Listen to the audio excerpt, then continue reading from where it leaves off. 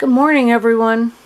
Won't you join me for morning coffee and an introduction to my growing Alocasia collection, which now numbers 44 plants. And I will start with the biggest ones. So let's get right to it.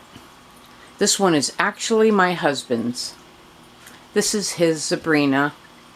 And it has given us, just in the last month, 4 new leaves.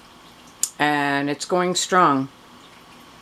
And then we have our Alocasia gaggiana, which, as you can see, is unfurling leaves. And this one just came out this week.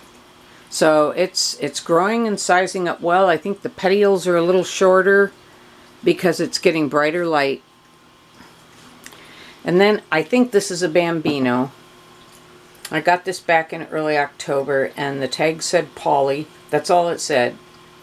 Some plants that I've gotten, it was a Home Depot plant, and some of them are nameless, meaning the tags have somehow disappeared. So this one I think is the actual Polly, and look how big this leaf is. Big old leaf. And it has been doing great, but I repotted it and I broke several leaves, and then I misted it, and some of them I cut off the broken areas and some of them started to rot, but I dipped this one in peroxide and diatomaceous earth and it did not get the rot. But it is, let's see if you can see that, it's starting a new leaf right now.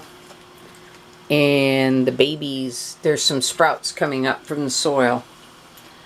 So she's doing pretty good. I've had her for several months, and other than the leaves I broke, she'd not lost any leaves at all, and I'm hoping that the next leaf comes out bigger than this one, but it was this big leaf that caught my eye. Okay, since we're having coffee, I gotta have another sip. All right, let's get on with it. This is my Alocasia watsoniana dark form. And I got her early last month. She's just a baby. And you can see she's got a caterpillar going on there. Hadn't started to open yet, but it's a fat one. So I'm hoping it ends up fatter than this one. And then we've got Chantrieri, who is starting to unfurl her latest leaf, as you can see. And it's got another one following right after. So she's got 2 coming in. There's an actual leaf in there. That's not just the dying caterpillar. And you could see how big her leaf is. So as fat as the stem is on that, I think she's getting a bigger one. As long as they size up, I'm happy. This is my Frydek. And I'm really happy with the leaves. This was the first one she produced a month ago. And then about a week ago she gave me this one. So she's gotten 2. And she had 2. And she's not lost anybody. And then I've got my Michelitziana, which came to me with just this one little bitty leaf. And the next leaf that it got was this big one. I mean, look at the size difference. I couldn't believe it. Then about 2 weeks ago it got this one. And now you see it's unfurling a new one. So I'm really excited. These guys are loving my aeroid mix because I repotted them all. They were just little starts. This one came from Home Depot. And it wasn't well, and one of the corms rotted. And it had this leaf. It's since given me this leaf. And as you can see, let's see if I get this in a better light. It's got another one on the way.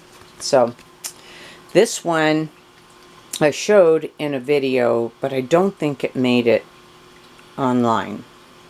But it was just a couple leaves, literally it was hanging upside down from the pot. The rhizome wasn't even in the pot. There were 2 little roots.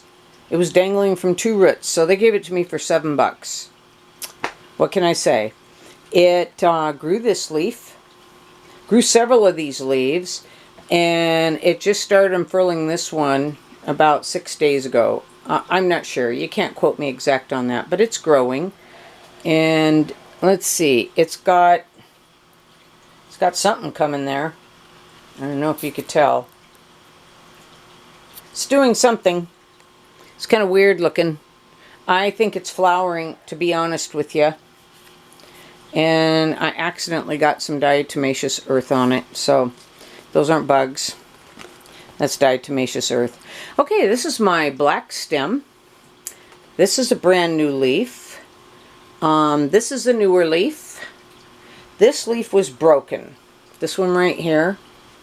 And I don't know if you can see, the stem was broken right here, and I actually made a splint with tape, and it scarred up.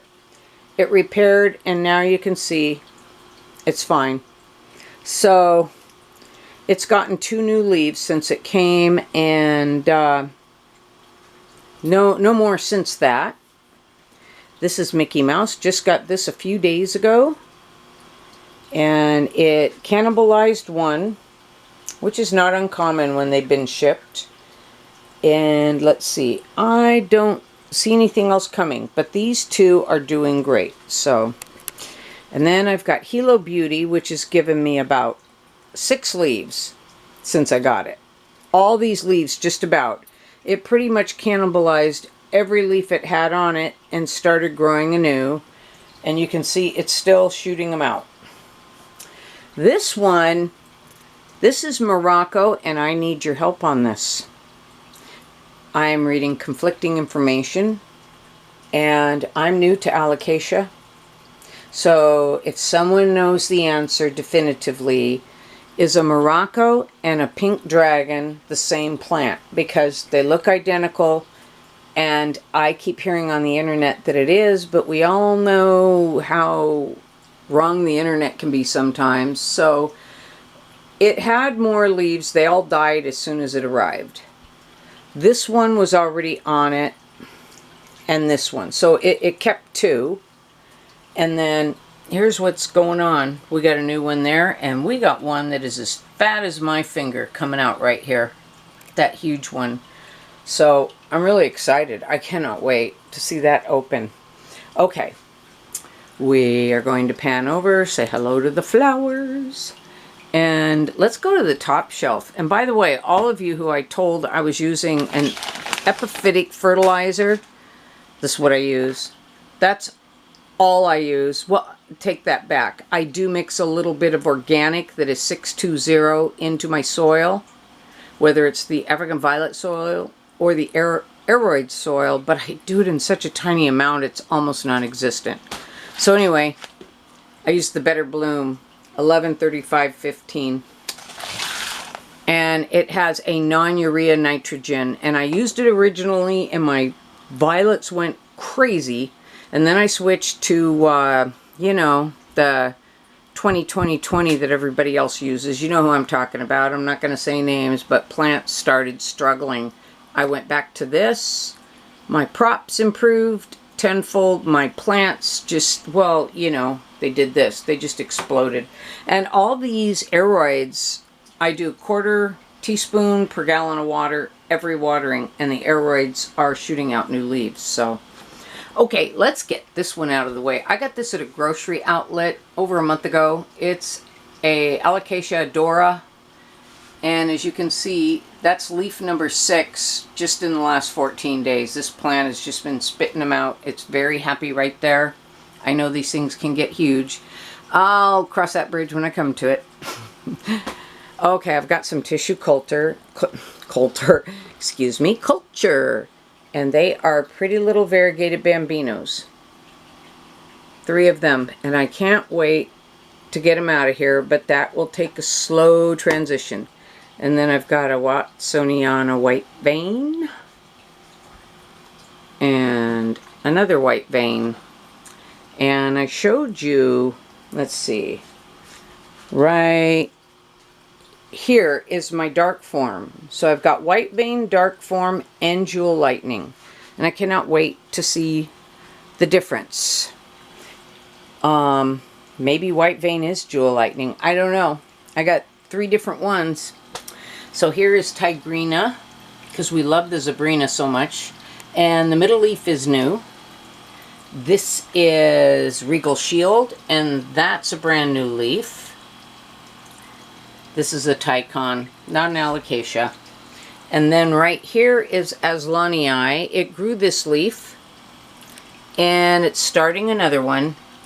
And I can't wait to see one come out with those beautiful Aslanii colors. And then this is a silver dragon that I got in the mail, and the whole thing died. And it's coming back. See that? It's got new leaves coming up. So I'll probably combine it with my other silver dragon when I repot to a bigger pot. And then I've got a black velvet, which is unfurling a leaf as we speak. I've got 2 Okinawa silvers, bought them from different vendors. This one just produced this bigger leaf. I mean, as long as they're sizing up. This one showed up with this teeny tiny little leaf, and my husband was like, that's barely there. And I go, yeah, but the genetics are there.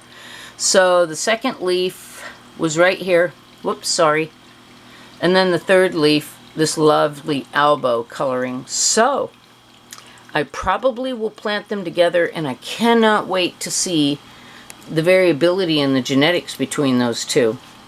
Okay, then we've got a dragon scale that is opening a leaf. We have a little baby Jacqueline, and I had to put a twisty on it. Let's see if I can get some better focus here. Yep, that's not working. Here we go.